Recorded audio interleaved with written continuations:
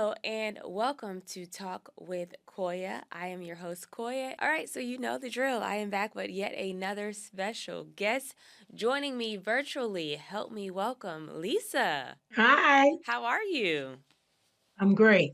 So, Thank you you. are someone who reached out to me on social media and you sent me a DM and you were like, hey, I have a story and I want to tell it. And as I do with all of my guests, we kind of hop on a phone call before we do the interview just to do like a brief introduction of each other and then also learn a little bit more about them. And we hopped on the phone, we had a phone call, and man, you definitely have a story. And I am so excited to help you tell it today. But before we get into things, we start every episode with the Talk with Koya card game. So since you aren't here physically, I'm going to pull a card for you. I'm going to read it aloud and then I'm going to ask you to answer it, okay? Okay. All right. How would you start a conversation surrounding HIV with your friends? I would ask them, have you been tested for HIV lately? Okay. And then what if they're like, no, it's not really something I do? What would be your rebuttal to that?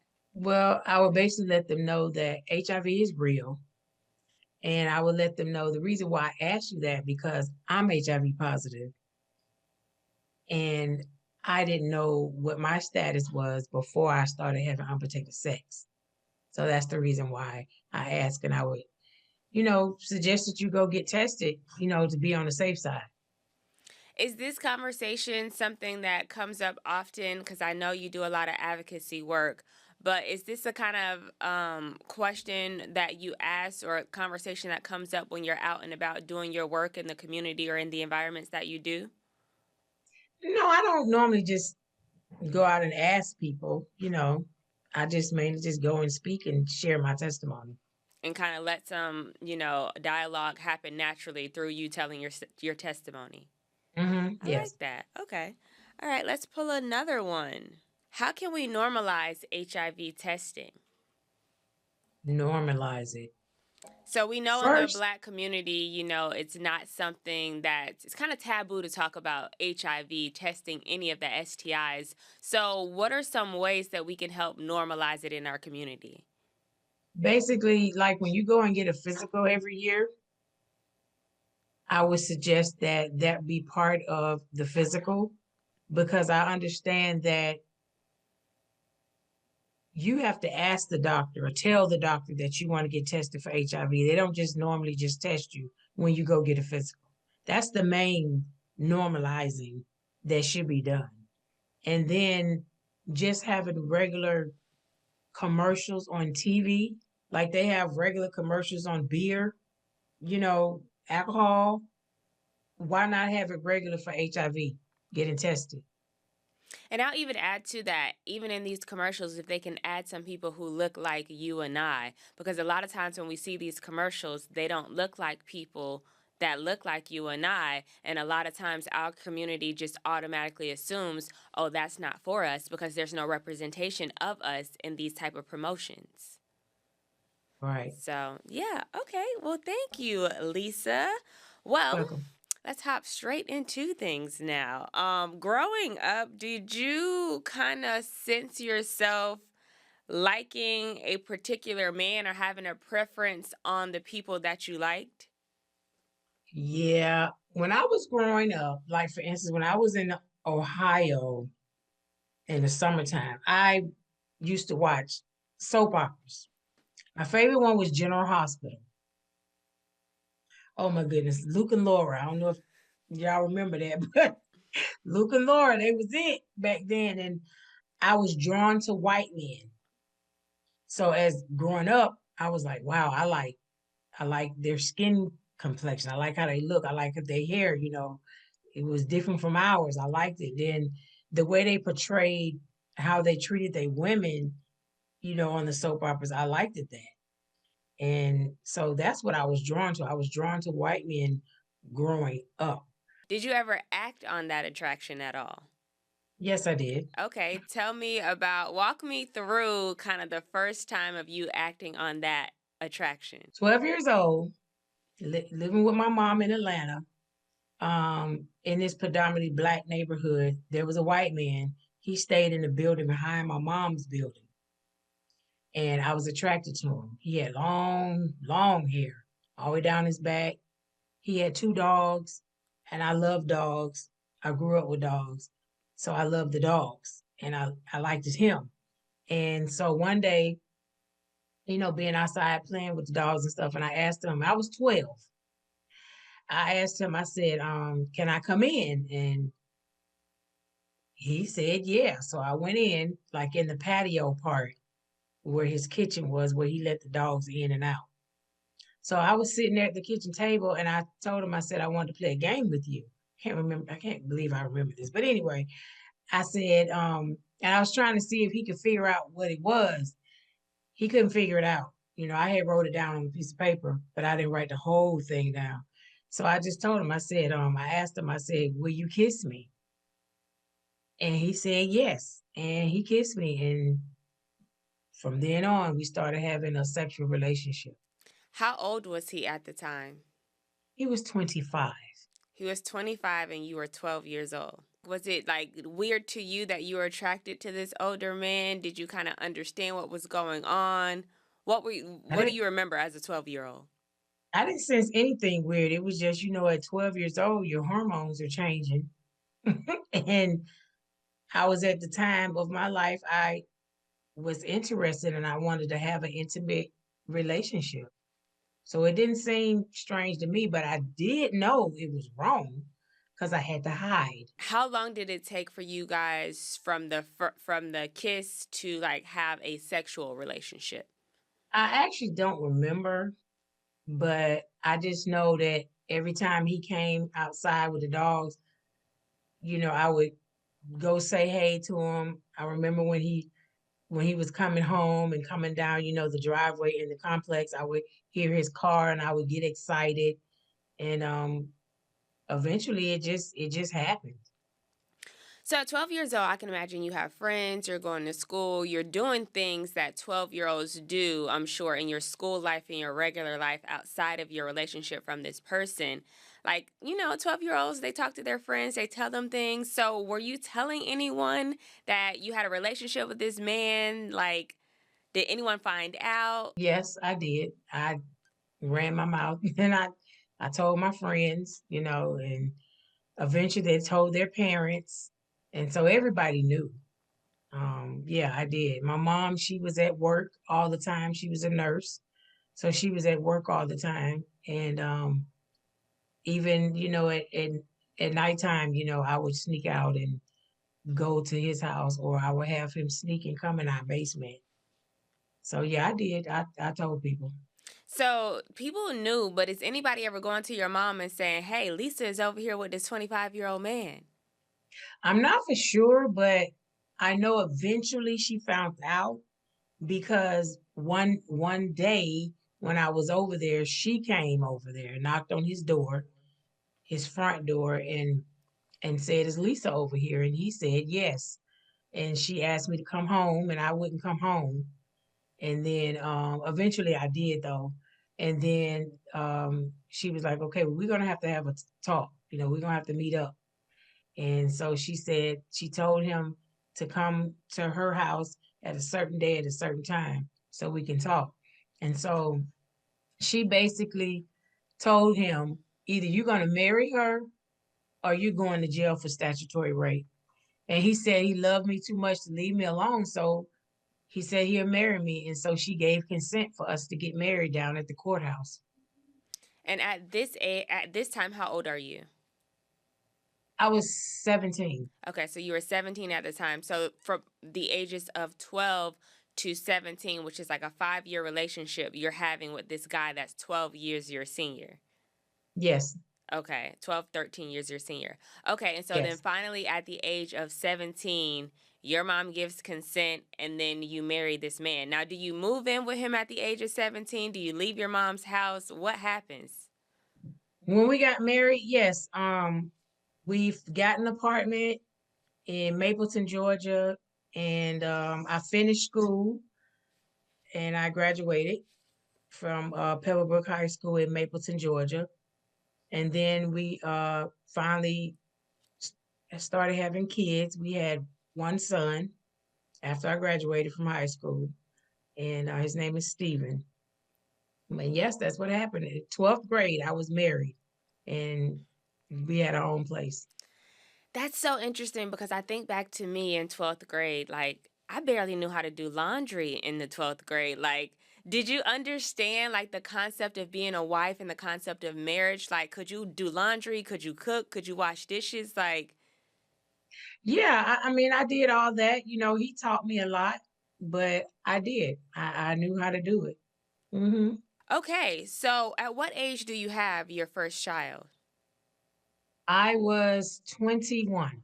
21 years old, got married at Yes, 17, have your first child at 21. This is all still fairly young for you to be, experiencing the things that you are experiencing. What did your husband at the time do for work?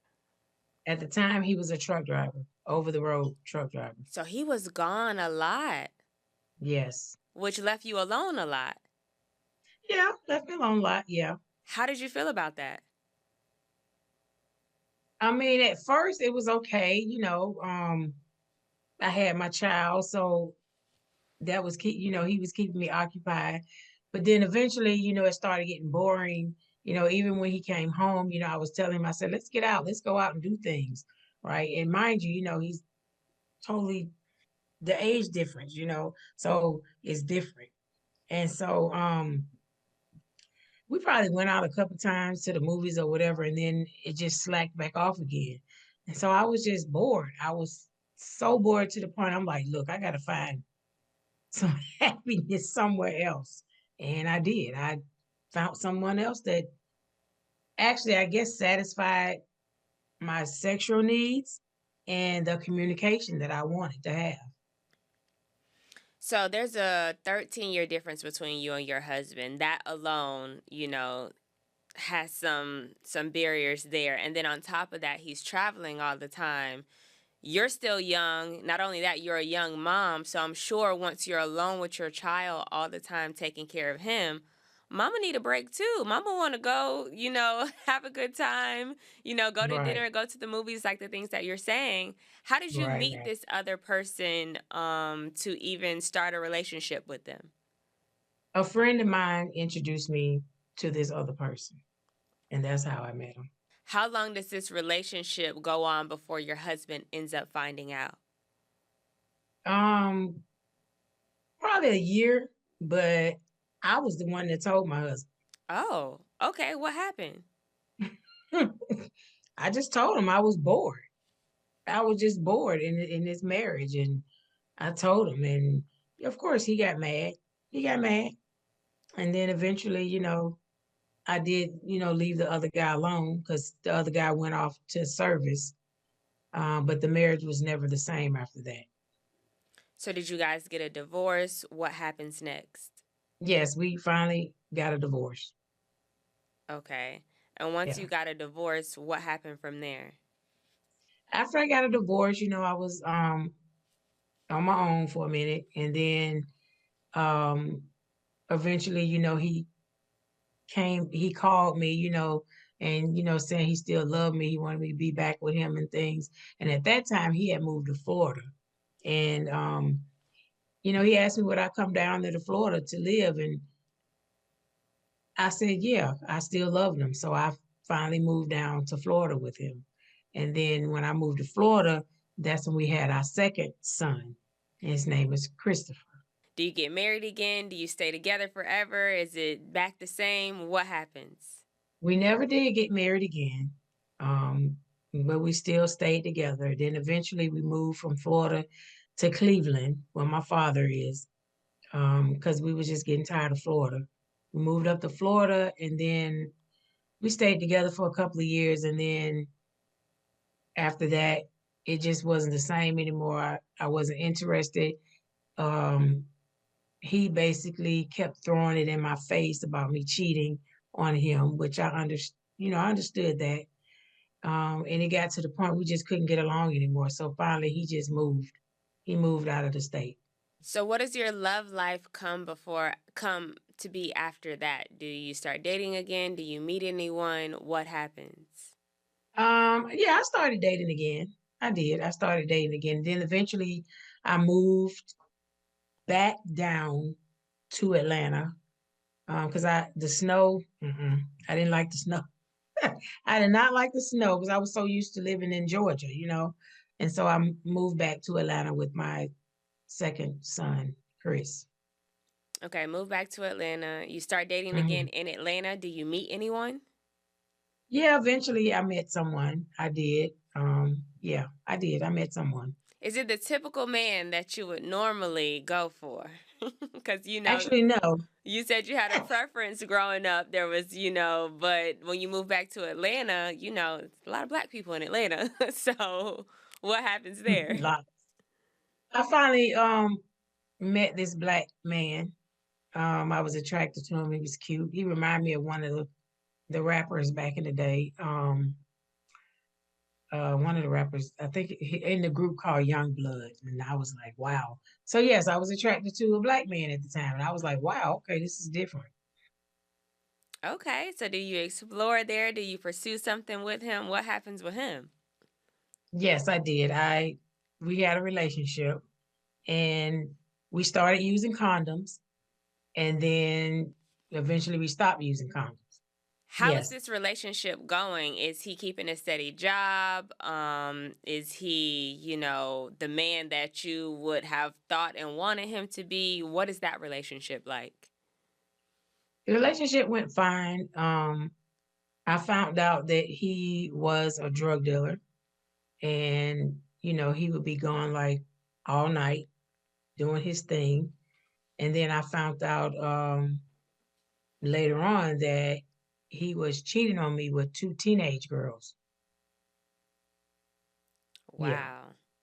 Hmm. Okay. So there's a lot to unpack here. First of all, okay, he's a drug dealer.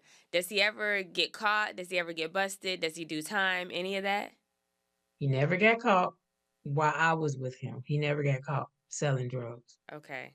And then Yeah. how did you find out that he was dealing with these teenage girls? Like, how did you find out he was People cheating? was telling me. Okay. People was telling me.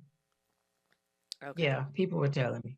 Do you ever have a conversation with the teenage girls? Do you confront him about them? Like, Actually, no, I didn't confront them at all. Um, I did, talk about it with him, but I mean, it was really nothing I could do as far as that because he had already been in a relationship. I found out before he even met me. oh, Yeah. So he had several girls on the side. wow. Okay. Hmm. All right. So one day in 2003, you get a phone call from this same person, but this time they are in jail. And this Right. call, I'm sure, is one you could not have expected. Walk me through that day and let me know what happened during that phone call. Okay. So one day he went to jail, and then he called me, and he called me from an office phone. And normally, when you're in jail, you can't call from an office phone. You calling from a payphone and you're making a collect call. But this time when he called me from an office phone, I asked him, I said, how you get special privileges to call me from an office phone? And he said, the officer let him use the phone. He had something to tell me, but he was so hesitant he couldn't get it out. So I told him, I said, let the officer put him back on the phone. And so he put him on the phone and he said, Lisa, so and so just been tested positive for HIV and you need to go get tested. And then he went on to tell me that he had a family member that was HIV positive. And I said, okay, we'll put him back on the phone. So he put him back on the phone, and his exact words were, yeah, they found traces. Now, at that time, I wasn't that educated on HIV, but I've heard about it. But I know there was no such thing as finding traces of HIV. It's either you got it or you don't. It's like, either you're pregnant or you're not pregnant. And so, but I knew what I had to do. I had to go and get tested. And so I went and made an appointment with my doctor and got tested. And they drew my blood at the time. At the time, they didn't have the mouth swab that they do now. The tests come back, within 5, 10 minutes. And so I went, and then she called me back a couple days later, told me to come in for the results. I went in, and she sat me down and she said, Lisa, I got your test results, and your test results came back positive for HIV. And of course, I was shocked. And then I told her, I said, and this is a Black female doctor. I said, Doctor, if I didn't have the Lord on my side, I would be a nervous wreck. And then my true feelings came out. I started crying. I happened to look down at her because she was, sitting at her desk while I was sitting up on the bed. And I looked down at her and she was crying. I was like, wow, I've never known, a doctor to get that personal, with their patients. And so eventually we stopped crying. She gave me a name and a number of an ID doctor, which stands for infectious disease doctor. And this doctor happened to be down at Piedmont Hospital in Atlanta. And I went. I made an appointment and I went. When I went to go see the new doctor, I noticed in the room there were posters on the board, and the posters were pictures of different HIV medications. Like the poster was full, like lined up with HIV medication, pills. And I was like, wow. And so the nurse came in. It was a Black nurse. She came in, and the HIV doctor, the ID doctor, he's happened to be Hispanic. So when the nurse came in and she was like, Lisa, there are thousands of women living positive lives with HIV. You should go and find a support group. And I was like, wow. And I was like, I don't want to tell strange people that I'm HIV positive. And when I got that feeling, I know it was God. God was like, go find one. And the nurse happened to tell me about one called Jules. And I'm like, okay. So I got the information. I finally went. And the ladies, some ladies were talking, some were not. And I was like, wow, if they can do that, I can do that too. Not knowing that it was God giving me the strength to go on and do what I should do, to get help, to get support. And so after some of the women stopped talking, I went on up and I shared my story of how I became HIV positive. And I let them know that at the beginning, my goal was to be a professional recording artist. I sing R&B, jazz, and gospel. And then, they at the end, they was like, can you sing for us? Can you close out for us? And I was like, sure. And I did. I closed out singing I Know I've Been Changed by LaShawn Pace. And ever since then, I've been telling my story. I love that. That's beautiful. Because Thank normally you. it doesn't happen that way. To your point, growing up Black, we are taught what goes on in my house stays in my house. We are taught that you don't Exactly. go tell people your business. So to be told to do something like join a support group, I understand your hesitation because it went against probably everything that you were taught growing up. But I'm so happy that you chose to go because it sounds like it sparked and birthed you finding a voice to do activism work and advocacy work in this arena, and probably to this day is why you use your voice and your platform to do such. But I want to go back for a second. Um, so obviously he's telling you that, he's HIV positive. When he gets out of jail, do you guys get back together? Do you continue a relationship? Is there any resentment you're harboring in your any resentment that you have within you towards him? What happens?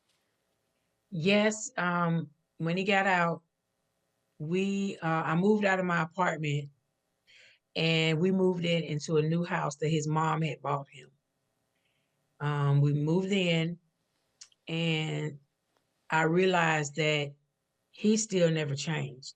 He was still cheating on me with those teenagers. And I started seeing little blue bags around the house. And I was, like, where did this come from? The blue bags happen to have cocaine in them, like traces of cocaine. And I asked him, and he said, oh, that was from so and so. He was blaming on somebody else leaving the bags there. But I found out that he was doing cocaine. And eventually I did leave him. I had to because I realized he didn't care about me. He didn't care about me at all.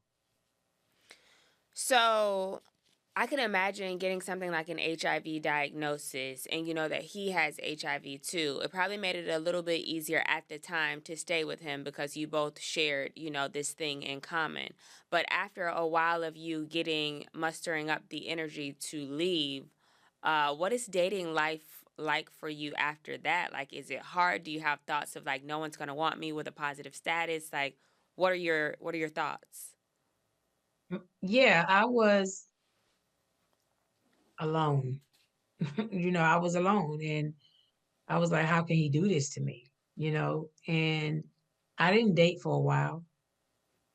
But even though I didn't date for a while, I was still going out and I was speaking at different places, sharing my testimony, letting people know that it's important to protect yourself because you don't know you don't know where a person's been, and I definitely did not want to spread this virus to anybody else, whenever I got back into the dating scene.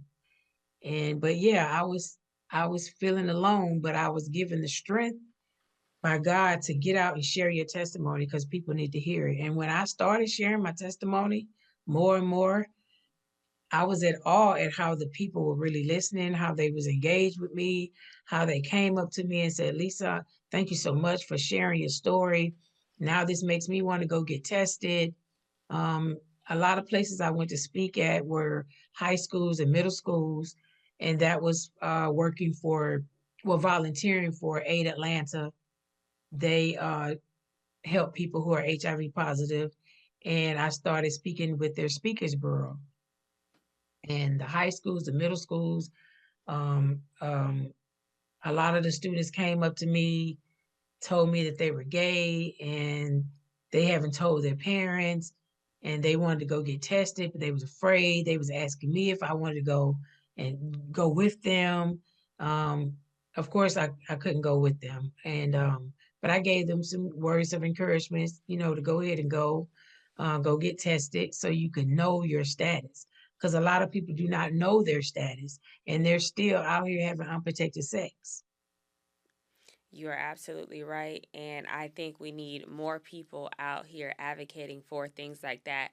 And starting with the youth is so important too, because I remember growing up, we had programs where the health department would come out and speak to us at school, or, there were even drug programs like DARE that will talk about prevention and all of that.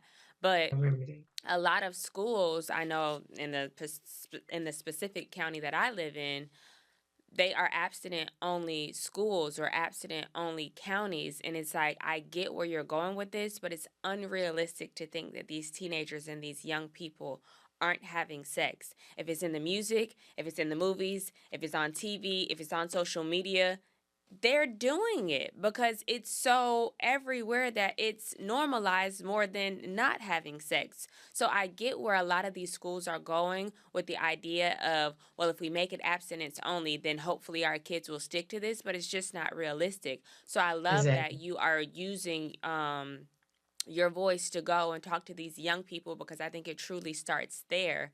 Because by the time you're an adult, if you've never heard of any of this, you're ill equipped. You're ignorant going into a lot of this stuff. You don't have the tools necessary needed to combat what's out there in the real world. So Exactly, exactly. I love Yes. that. I love that. So dating life after that, you're doing your advocacy work. You're a lot more vocal about your status.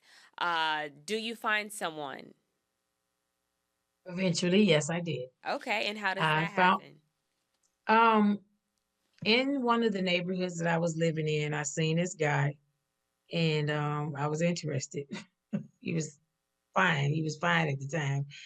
And I pulled up to him and I told him my name and I asked him would he like to have my phone number. He was like, "Yeah." He got my phone number and that was it right then.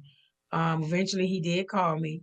It wasn't long. It was the same week, but he did call me, and then I let him know that I'm HIV positive, and he was like, "Okay, I understand that." And I told him, how I became positive, And he was like, okay, well, I know what we have to do, use condoms, and so we did. We used condoms during a relationship. And then one particular time when he pulled out, the condom did not come out. It was still stuck in me. And I was like, oh my God, what in the world had happened here? And I was so afraid. I did not want him to get positive with HIV. And so wind up going to the doctor, and the doctor told me that I was pregnant from that incident. And when she told me that, I was like, whoa. And I was like, man, I don't want to bring no baby into this world with AIDS. That's exactly what I said. I don't want to bring no baby to this world with AIDS. I mean, I was still being educated myself, of it. This was back in 2005. So from 2003, when I was first diagnosed, up until 2005, I was still educating myself. And, like the more I go out and speak, the more I educate myself, and going to different workshops and things like that. And so the doctor told me, she was like, if you decide to have the baby, I would like for you to start getting on HIV medication after your first trimester. And I started getting on medications. I taken my pills. It was like 3 pills that I had to take at the time. And my boyfriend at the time, before we didn't get married yet, but eventually we did. But he went and got tested and he was negative. And I was like, thank God for that. And I was like, how in the world can he be negative and I'm HIV positive? And I remember it was a different ID doctor, was letting me know that something about I wasn't a carrier or something to that nature, that I couldn't pass it. And I was like, wow. And I'm thinking, okay, now maybe she's talking about like the viral load or how much the virus was in me. And so I started taking the pills and then I had the baby. I had a baby girl. She in the background talking about, hey y'all. Oh. I had a girl, her name is Brianna. And during this education part of being pregnant and then having a baby, I found out that when a baby is inside a mother, the mother antibodies is in the baby. And when she was born positive with HIV. But they gave me medicine, liquid medicine, to give to her up until she's 18 months old. So I was giving it to her exactly like they told me. By the time she turned 18 months old, they tested her, understanding now that by the time babies are 18 months old, all of the antibodies is out of the baby and the baby starts making their own antibodies. They tested her with a test called the Weston blot, and she tested negative for HIV. She's 19 years old now, and she's still HIV negative. That's awesome. That's beautiful. And to your point, as the years go on, I think we all get more educated about HIV. There was not as much access to information back then as to the information that we do have now.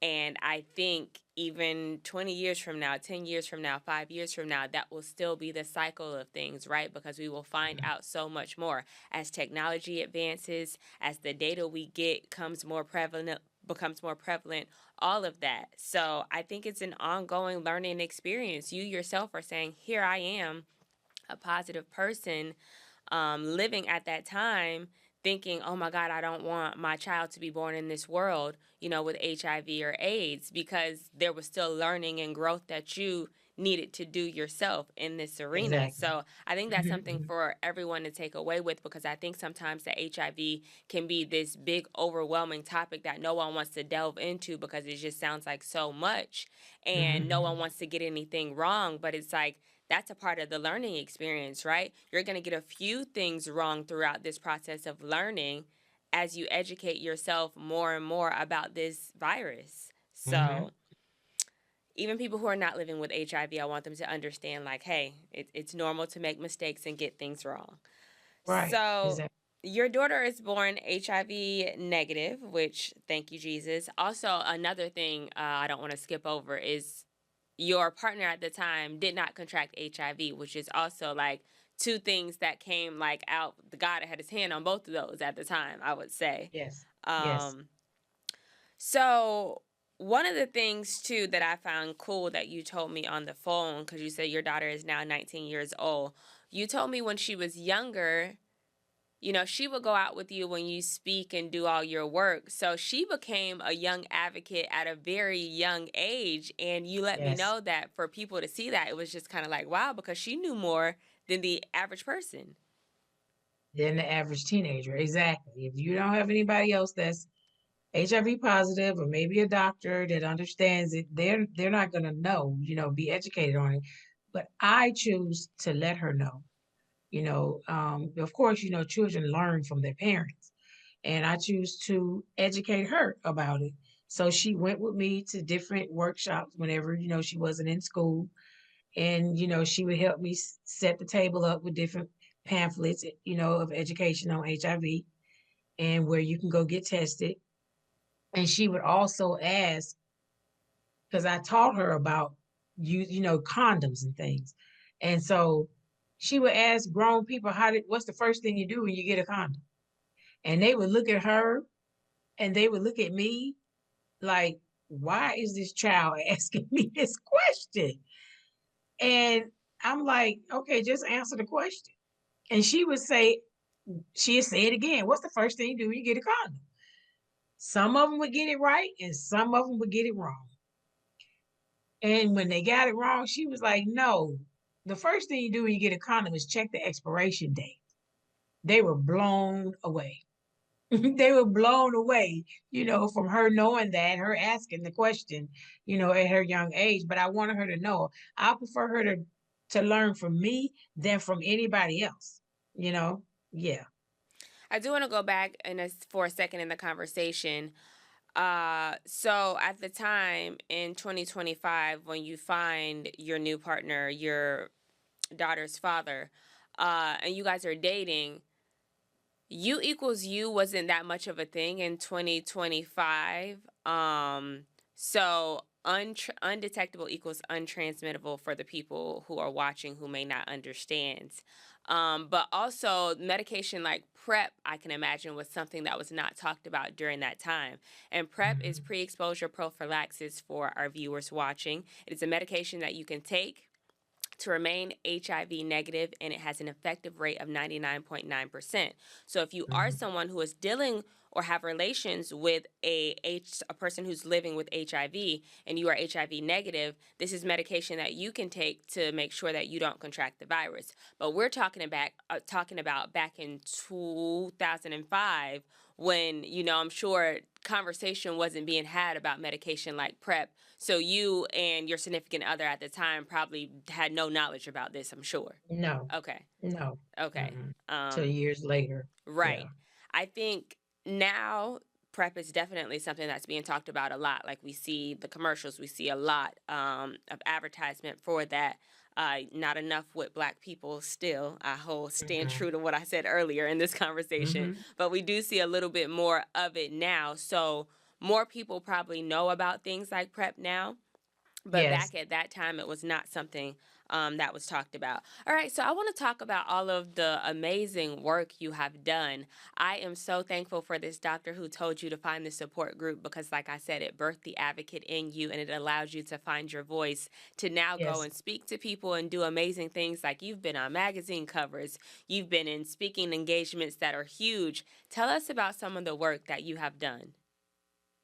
Well, back when was on the Speakers Bureau, I also got a chance to speak at colleges like Morehouse, Spelman, Fish University, um, West Georgia College, and so on and so on. I spoke at churches. I've been in the Essence magazine. The cover with Puff Daddy and Kim Porter was on the front cover. I'm in that one, and it's about the story of HIV after 25 years, or the story of AIDS, of after 25 years. I'm in that. I was pregnant with my daughter. So they have a picture of me in the Essence magazine pregnant with my daughter. I got a chance to speak for the in the New York Times newspaper, June 5th, 2006. I was so, I was excited just going out and speaking. And that's basically, what I've been doing. Oh yeah, I've also was speaking on the Ricky Smiley show for World AIDS Day. So that was pretty big for me too.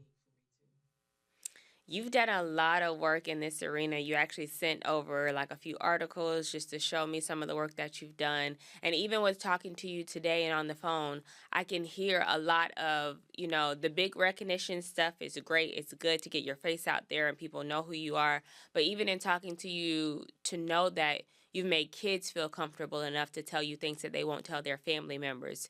You have advocated, to find a voice when Black people are taught not to tell your business. Like, the work that you are doing does not go unnoticed. And I am so inspired by the things that you do. And this is a natural, perfect segue into our very last segment. It's called Give Them Their Flowers. And I want to give you your flowers right now in the form of words.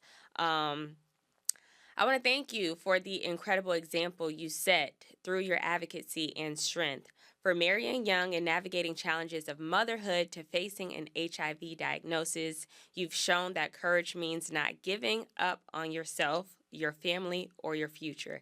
Instead of letting the diagnosis define you, you turned it into a platform to use your voice, share your story, and inspire others. Your willingness to speak out to show that life, love, dating, and motherhood do not end with HIV has broken down stigma and built hope for so many. Thank you for continuing to educate and empower others. Your story is a true gift to the world. Thank you. That's so sweet. Thank you. I appreciate it. You are very welcome, and I truly do mean all of that, all of the work that you have, shown me, and we talked about that you've done. It really doesn't go unnoticed, and I think in a world where Black women account for 60% of new HIV diagnoses, we need more Black women at the forefront of conversations like HIV, letting other Black women know that, hey, we have this misconception that HIV looks like unhoused people. We have this misconception that HIV looks like the LGBTQ plus community. Well, then why are Mhm. Black women leading in new cases when it comes to this? So I just want to thank you from the bottom of my heart as someone who is out here also doing this work. Thank you, thank you, thank you. And I hope you continue to use your voice and advocate. If people wanted to check you out and find more about you, how could they do so? They can check me out on my YouTube channel, Lisa Faye 0725, and that's LISAFAYE 0725. That's the handle for my YouTube and also my Instagram. And I'm also on TikTok, and the name of that is at Butterfly Girls, and that's with an S. And Butterfly Girls basically is my organization. It's a LLC, and the mission is to enhance the lives of individuals diagnosed with HIV through education, motivation, and sharing my testimony.